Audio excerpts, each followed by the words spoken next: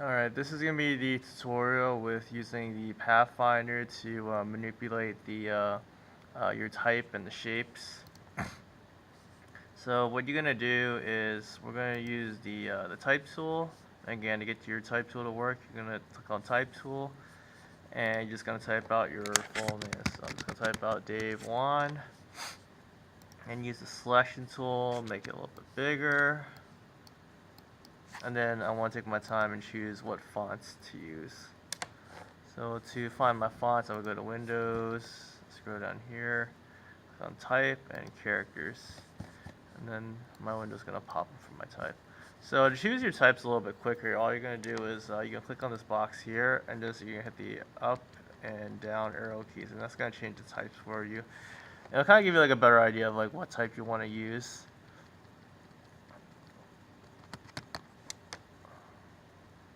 Oops. Alright, so I'm just going to scroll through this type and just find something that's interesting to use. So, just want to start on the very, let me just scroll to the top first. So, alright, I'm going to scroll to the top and I'm just going to go down. Alright, so let's see what we can choose.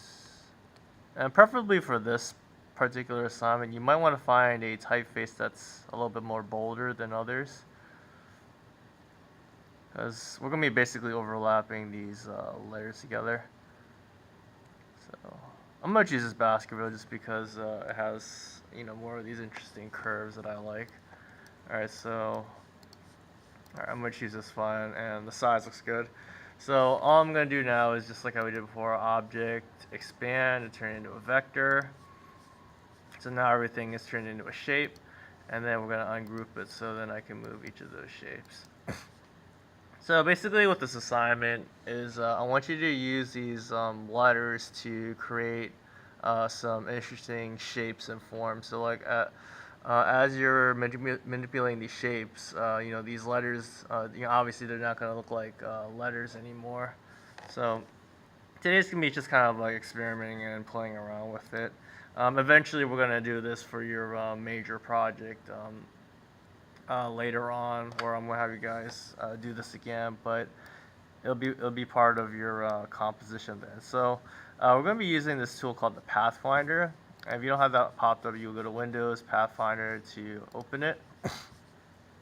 And basically, if you overlap the two shapes, so I'm just gonna make this bigger. I'm gonna hold Command, hold Shift, make it larger.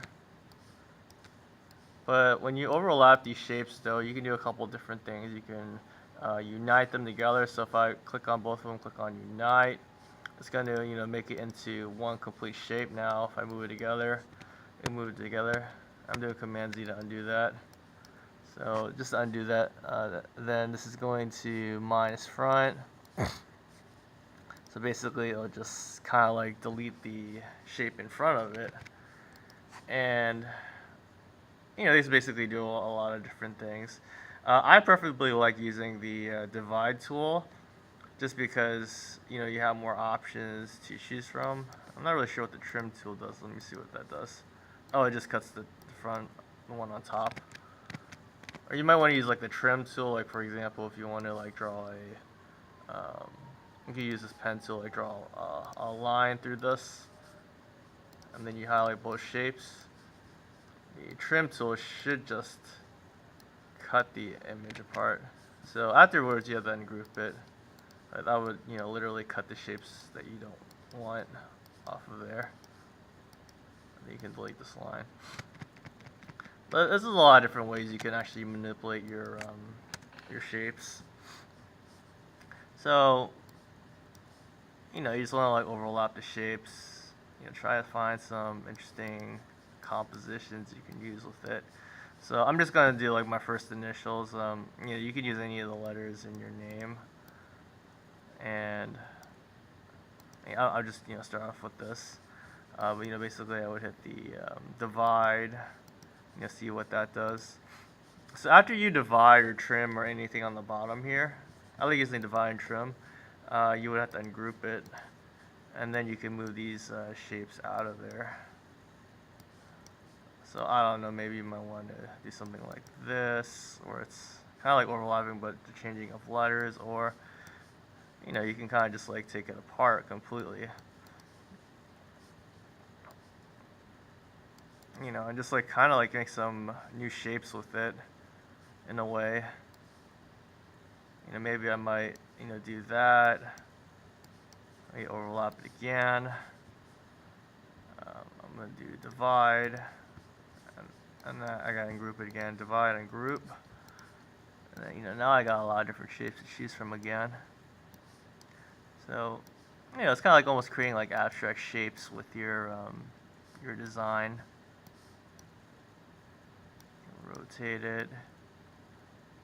I don't know, you just want to be playful with it today.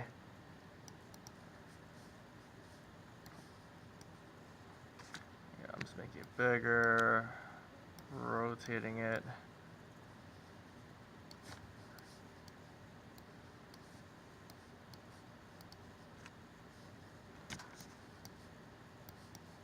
So, basically we're just creating like an abstract shape using the letters.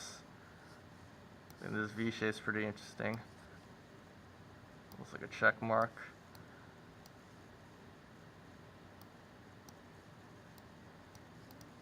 Like utilizing the elements of arts, I would try to create a shape or a design. I'm just gonna move these shapes to the side just so I have those to use, but I'm just gonna use this space to do my design. So I got this like really big shape here.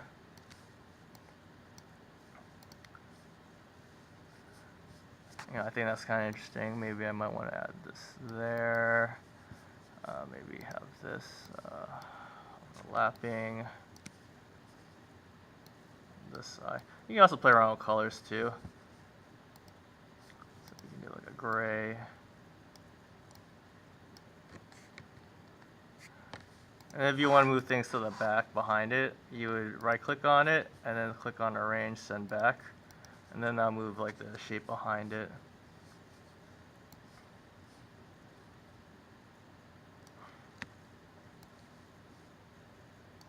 So, I'm just kind of like messing around, trying to find like a really interesting design that I want to do. You don't want to add like too many shapes because then they just become a little bit overwhelming.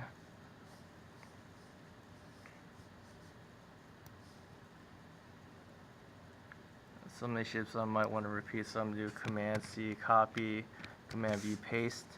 So this is all on that little paper that I gave you. You might want to use that, utilize that. So, if you don't like how the shape's looking, I just want you to just become more familiar with the tools and, basically like with what you're doing. I'll make this a little bit lighter. I'll put this in the very back again.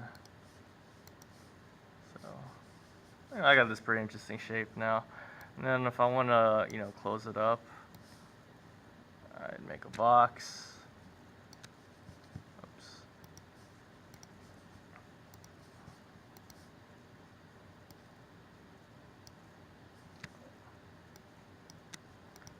And then I would just use that to, whoops, not that.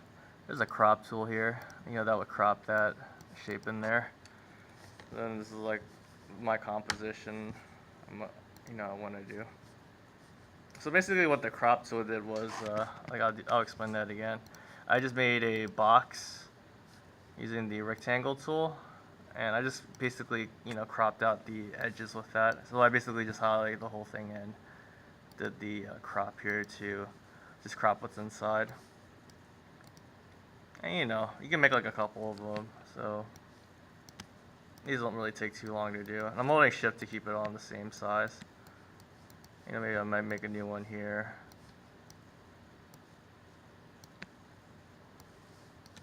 But yeah, again, I think, abstract.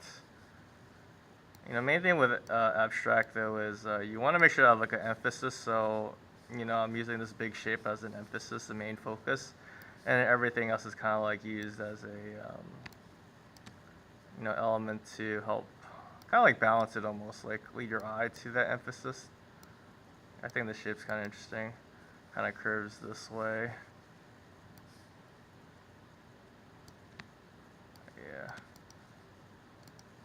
can make it. I'm gonna make it a little skinnier. So just have like a little bit of fun with this activity.